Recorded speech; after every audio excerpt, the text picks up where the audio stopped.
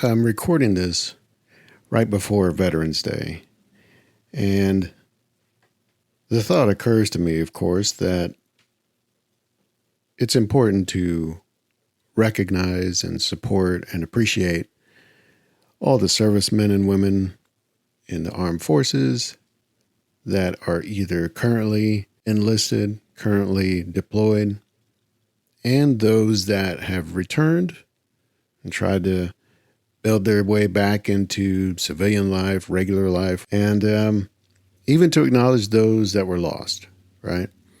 You know, if I look at, let's say, my family, I have a lot of veterans in my family. I've got my dad, I've got my grandfather, his father, I've got my uncle, I've got cousins, I've got nephews, I've got my brother. You know, I could probably pick their brains on what their experience was like. And in some ways I probably have, but I also recognize that it's kind of a personal, private, and maybe even sometimes hard to discuss subject, you know? So that's where I turn to things like film and stories, because they can get to the heart of the matter and really dig into the core of an experience, let's say, and maybe not be so personal or too revealing or vulnerable, right? So, you know, I was looking at some films that I'd been wanting to see for a while, and even some that I just discovered, just to acknowledge this way of thinking about those that are in the armed forces and what they do, and then what they also have to deal with in returning to the regular world. So let's look at some films. One that I wanted to watch for a long time, and it's been on my list forever, but I never got around to watching it, is Jarhead. And it's from 2005. That's, who's that? Sam Mendes directed that. And it's an interesting look at the life of a Marine, or just the experience during Operation Desert Storm, you know, in the first Iraq War in the early 90s. And it's, you know, if you weren't around for that time, you don't remember that time. That was right as I was approaching that age. I mean, I think that was 91, 92. And for me, I would have been like 16, 17 years old. And it really was a moment where, you know, we hadn't been in a major, let's say, war, conflict as a nation since Vietnam, really, right? And when that all started happening, the invasion of Kuwait by Iraq, and, you know, what's going to happen and who's going to be involved and how much is going to escalate. I remember there being a real moment for me, and maybe for other people my age, where you kind of wondered, like, is this going to be, are they going to start like running up forces of drafting people, or, you know, is that going to be the thing to do? And it was just a moment for me where I thought, yeah, okay, this might be my future here. And I don't know if I'm really ready for that. I don't know if I'm even cut out for that, you know? And so watching this film, it was interesting because this is a little bit of a different take on the experience, of course, because it is going through the whole thing from boot camp through being deployed all the way to coming home and seeing where people kind of end up in life. And I think the most revealing thing about this film, the thing that I think it seems like the most that I hear people talk about this film is about how it captures the almost the banality of military life, how just boring it can be. It's not always that way, but it can be. And how you have to find ways to keep your mind occupied, keep yourself sharp, but also you have to struggle with, and maybe not a physical claustrophobia, but like a sense of like you're not going anywhere. The walls are kind of closing in on you and there's no end in sight. And this film, I think, captures that in a pretty unique way because it doesn't do it visually necessarily. I mean, this is taking place in the desert. So there's a lot of open space. It seems very desolate, very lonesome. And yet it just seems like these characters, they're just trapped in this situation. And they just have to find a way to pass the time and keep themselves from kind of going nuts. And so it's an interesting look at it because it doesn't just give you it doesn't present it as all action and glory and valor, all those things that I think a lot of war movies kind of fall into in terms of, just finding the balance between the conflict and the fear of it or the terror of it and then the kind of celebration of it, My read on it, it's not at all glorifying this life. It's not jingoistic. It's not like, rah, rah, let's join up and serve our country. It's a little more personal and reflective on what does this do to someone and how does this experience change someone maybe? And it's interesting in that way because it makes me think, if that were me going in at that period in time and kind of going through that experience, specifically in that conflict and that era, like where would that put me today? And I guess maybe that's something that even if you did go through this, you did go through the experience of serving in the military, you might see it the opposite way of like, well, what if I hadn't done that? Like, what would be different? I mean, what would be better? What would be worse? But just what would be different about me and my life? And, watching this movie now, I feel like I can look at it with those eyes. If I had seen this when this came out in 2005, I don't know. I might have been a little more, maybe disappointed by it because it isn't that kind of war movie. It doesn't have that kind of action in it. And it is more mature, more thoughtful, even though it has its moments of comedy and even some disturbing scenes in it with people struggling with how to process this whole thing. But I guess for me, looking at it now, it's actually a really good film that tells a side of this story that we don't really see very much. And I guess it's changed. And maybe this film even had something to do with that. Films like this, in this era of like in the 90s and 2000s, I feel like films about war and about the military and that life, they were starting to change.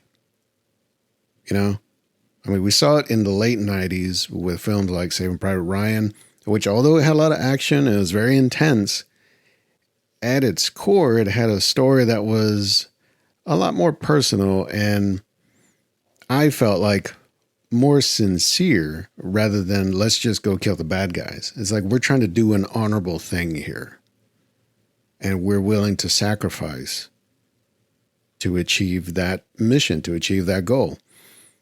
And you look at films like The Thin Red Line, I think also in 98 or 97. And that is much more existential and thoughtful about what is war and what does it mean for us to do this to each other. And it has moments of action, of course, but it is a very different kind of war film. And you've got films that start to gradually change from just showing us action, showing us the firefights, the intensity of it all, to films that are really pulling back the layers of the characters and how that experience haunts them. You go from that to The Hurt Locker, 2008, I think, which has some moments of action, has some real intense sequences, but is more about this character struggling with how to return from that life into regular daily life back home, and how that doesn't really work for him, and why doesn't it work for him, and what does he miss? The hole that's left. So when you look at it in that context, I think now we're getting films that are much more thoughtful about the consequences of war, not just the action of war or what even leads up to a war, but all the after effects, everything that's left in its wake. And I'm sure I've talked about some films here that in recent years still kind of give us a big action-packed view of war, but it's definitely slanted more towards the other way now.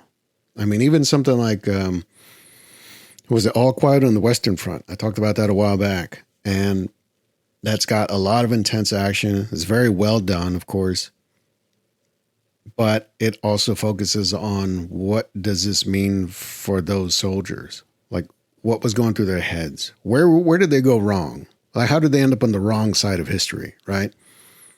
Or you have something even like 1917, which came out, a year or two before that. And while that had a lot of, there was the gimmick of it in a way of being one long take, it was about the very personal experience of those two soldiers just traveling through this, like literal, in some ways, minefield of war. And what that does to a person and what they're willing to do, how far they can push themselves to survive, right? So I think films have really taken a turn in how they tell this story. And Jarhead, now that I've seen it, I can say, yeah, that's definitely a landmark in some of these stories turning that corner. Is it the greatest? I don't really know. I can't speak to the authenticity of it, of course, of how it depicts this experience or even that time period. But I think it's got enough of a different take on things, and surprising in some ways, that it certainly deserves that recognition. So we go from that, in Iraq in the early 90s to what arguably became the next biggest conflict, and probably the biggest conflict that we've been involved in as a country, which was Afghanistan. There's this documentary and a feature film called The Kill Team, which I found the film first. I remember seeing something about the film because it came out in 2019. And I remember thinking, what is this? It seems to be portraying this war in Afghanistan and what our troops were doing over there as completely horrific. And I wasn't sure that was a film that I wanted to see. I mean, because you don't want to really believe that kind of thing happens,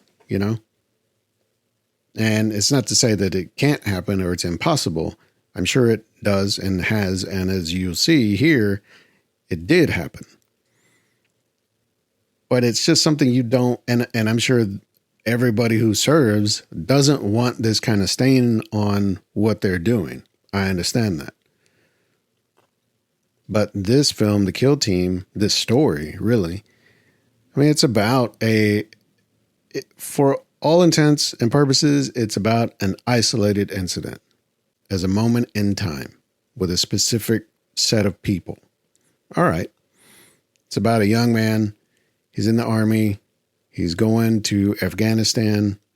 And when he gets there, He kind of falls in with this team that they're at a FOB in Afghanistan, and life there isn't very action-packed. And that's why it at least kind of confirms or reinforces some of what was depicted in Jarhead. Is like, this life isn't necessarily what people think it is. And so this film shows us what happens when people take it upon themselves to kind of create their own destiny, you know? It's like, well, there's nothing to do here. There's nobody to shoot. That's what we're trained to do. So we're gonna make that happen. And the side that we're presented is this one soldier who is he's a little bit green in terms of how things go here, but he's also aware enough to know that something's not right. This is not how this is supposed to go down. And when a new was it captain or commander comes in and takes these guys out, and they're doing their normal thing, but then things start happening where they have to kill somebody, just a civilian in Afghanistan. And turns into, no, these things have been set up. And, the way they kind of refer to it is like a drop weapon situation, I guess. It's just a thing where you plant a weapon on somebody, you say they were going to kill you, they were coming after you, they were a threat. It gives you license to open fire, take them out, right? Of course, that is entirely illegal. That is entirely immoral. But that's what some of these people were doing. So they could say they got to kill. They could say they saw some action. And we have this one soldier who is identified that as like, that is a problem. That is a crime. That is not what I'm here for. But what do I do? Who do I turn to? I mean, if your superiors and all the way up the chain don't want to take any action against this or don't even recognize what the problem is, what do? You're stuck there. You can't just leave. You can't just say, I'm not into it, because it's kind of the Serpico type of situation, right? If you are the one person that says, I'm not on the take, I'm not going to do that, I'm not dirty like that, now everybody else is looking at you. You're the target now. And that's kind of where this film goes. I mean, it has some moments where you're not sure, like, what's going to happen? Like, are these soldiers going to turn on our main character here? And the thing I would say about the film is that it at least gives us that sense of the paranoia and the fear through, the intimidation of it all. Of like, I don't know what to do here. I'm potentially in danger by my fellow soldiers. And so what I learned after watching this film was that this was all really based on a very specific incident and the story. And that's how I found the documentary. Now, the film came out in 2019. The documentary was originally released in 2013.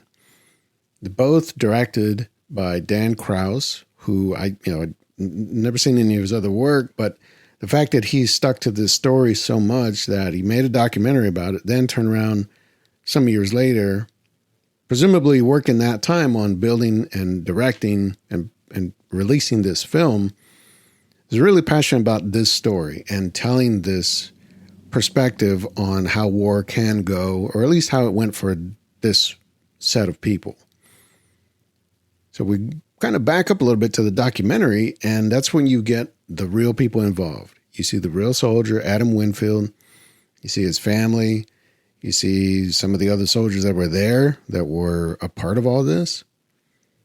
And it's interesting because to hear it from the people themselves who were there, who did some of these pretty horrifying things, it's kind of eye-opening because while all of this is like truly horrifying, The consequences of this kind of betrayal, or the potential for this betrayal, where Adam is not sure what to do. He's not sure. Does he turn people in? Does he put himself at risk? And then to hear it from the other guys who just plainly admit, yeah, we were planning or figuring out what we're going to have to do about Adam. And maybe we need to take him out too. Like, it was in the works. That's where it makes it honestly scarier than the feature film, because you're hearing from these guys that they were going to do whatever they had to do to protect themselves. And it just worked out in Adam's favor in a sense, because nothing happened to him. But of course, when everybody came home, all this did come out into the open, made the news. It was a pretty big deal. And everybody went to prison. Some people for more than others, but still, I mean, you know, that's the thing. If I try to like really put any judgment on this, the feature film, you could kind of write it off as, well, this is just a story. Who knows what's true and what's not true, what's accurate, what's not. But in this documentary, you see the people themselves. You see how they handled, you see the situations. There's real video footage and photos of things that were happening. And some of it is really hard to watch. And so to see Adam tell his story, his side of all these events and how he felt, I mean, it's heartbreaking, but at the same time, it makes you wonder, like, where people's judgment was really at, because so many bad decisions were made and like stacked, right? Like one on top of the other. It just makes you think things could have gone very differently and maybe not as tragically as they did. So look, I would say if you're going to see The Kill Team, maybe watch the documentary first and really get to the heart of the story and know the facts. And if you feel like watching a little more of a dramatized, reenacted version of that, maybe watch the feature. The documentary is definitely better because it's true. The feature, you can feel it. It kind of heightens things a little bit, which is not necessarily a problem. But once you know the facts, you can see there's like just a cold truth to it that you don't really need to dress up. It's already pretty dramatic as it is. So aside from those, you know, I also looked at a film that just came out recently called The Covenant. And it's an odd one to me because it's a Guy Ritchie film, but it's about the war in Afghanistan and how there's a bond or the dynamic between soldiers there and interpreters, like local people who kind of sign on to work with our military forces to just deal with, like, liaise with people on the ground there, the civilians and so forth. And so I don't know that it's really a story we see very much in films. I mean, you see in some of these movies about things happening in other parts of the world, you see where, okay, the Americans come in, and then who is there to kind of make sure things are smoothed over, you know, who that person is or who those people are. But here it's a very specific story. It's about two men specifically. We've got Jake Gyllenhaal. He plays, was like Master Sergeant John Kinley. And then you've got Dar Salim, who plays Ahmed, his interpreter, who is, for my money, is actually a really interesting presence. Because he doesn't really, he's not big, he's not bold, but he's got like a quiet power, quiet presence to him that it really shows in the second half of the film. You know, I don't know how much I would want to give away about the film, but it doesn't necessarily go in places where I thought it was going to go. I mean, if you watch a trailer or whatever for it, you can tell, like, it's about Jake Gyllenhaal, his character. They're in a firefight. They're in a battle. he kind of gets wounded and comes home or is sent home. But he realizes, he recognizes that his interpreter, Ahmed, is still in Afghanistan, still in very unsafe, very hostile territory. And he's also got a target on his back because he worked for the Americans. So he tries to find a way to do the right thing and go back for him, to find him or to save him. And so with that in mind, okay, I kind of figure I know what kind of story I'm in for, like the structure, the way things are going to play out, so to speak. But it really does take some different roads to get there. And when you see in the second half of the film how things kind of turn around, like Ahmed really kind of becomes a big, important part of the story that you can't have the story without him. So it's not just about the American and trying to, do the right thing or honor his word or whatever. It is about this real, at first, kind of hesitant, kind of reluctant bond that grows and becomes stronger as the story plays out. And, if I look at all of these films, I mean, that is an element of these, and it's not always to the benefit of everybody involved, but I can see that, I can recognize there is a real bond that happens when people are in these situations, whether they're deployed or they're just going through basic training or they're on a mission. There's a camaraderie, of course, but there's like a real bond, like a trust that it's required, really. You can't go into a situation and put your life on the line and do it right and do it well if you can't trust or can't depend on the guys next to you. That's always been my understanding. I don't have that experience necessarily to confirm it, but that's my understanding. Is this is like life and death, so nobody's fucking around now. Everybody's got to be on point. Everybody's got to be tip top. And you've got to have a real determination to do your best and honor your word and survive. And so this film, I think, in its own way, it tries to get at that kind of core of the story of how do these two men who come from different worlds live different lives, they have different experiences, and they honestly probably even have different goals with what they're doing here. How do they get along? How do they learn to trust each other? And when things go bad, how far are they willing to go to save each other? And those are pretty big questions to ask, and I think this film gets there. So I'll give it credit. I mean, it feels authentic. It feels very no nonsense. It does have some stylistic things here and there that kind of tip it off. Like, this isn't a documentary. It is a film. And yet it plays it pretty straight. For a Guy Ritchie film, this is maybe one of the most, like, quote unquote, mature films he's done. If you look at some of the earliest stuff, right? Something like Lock, Stock, and Two Smoking Barrels, you look at Snatch, those are very much in a specific lane. But then when you see how far outside of that lane he's gone, whether it's something like, didn't he do the Aladdin remake? Or even the Sherlock Holmes films, which play in the same part of the world, but very different kind of films, right?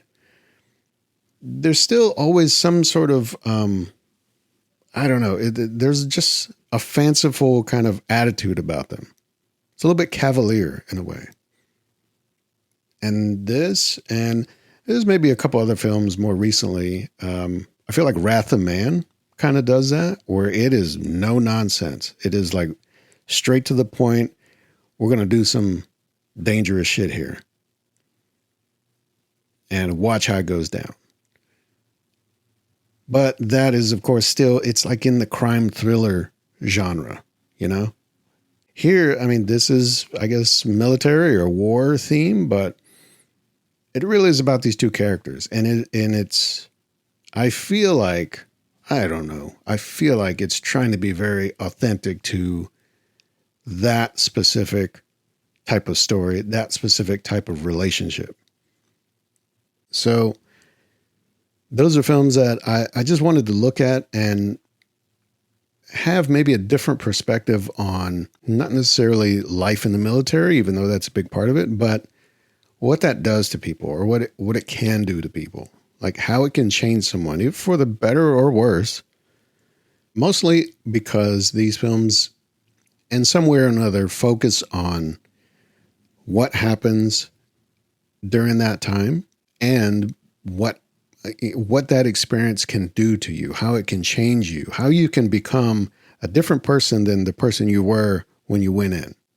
And that's an important thing to recognize. It's not just about what they're there to do or where they went, but it's about what happened to them. And for me, that is a big part of recognizing veterans, is that it's not just what they did or the honor of their service or their sacrifice, right? But it's like, hey, when these people come back home, recognize they may have gone through some shit. They may have seen some things. They may have had to do some things. And maybe they were the right things to do, but that doesn't mean they're proud of them, or that doesn't mean they even necessarily understand them. It's just what they were told to do or what they had to do. And you have to understand it. You have to at least acknowledge that people deal with this stuff still. I mean, long after they've come home, long after they've tried to reintegrate into regular life, hold down a job, have a family, whatever it is, they carry that with them. And just like we all do, we all carry our own things, but for some of us, we're carrying a little more. So just keep it in mind. So anyway, those are my films for Veterans Day. I have to say, of course, thanks to all of our veterans, those who serve, those who are no longer with us even. I think it's important to recognize that. Not everybody is good. There are bad apples.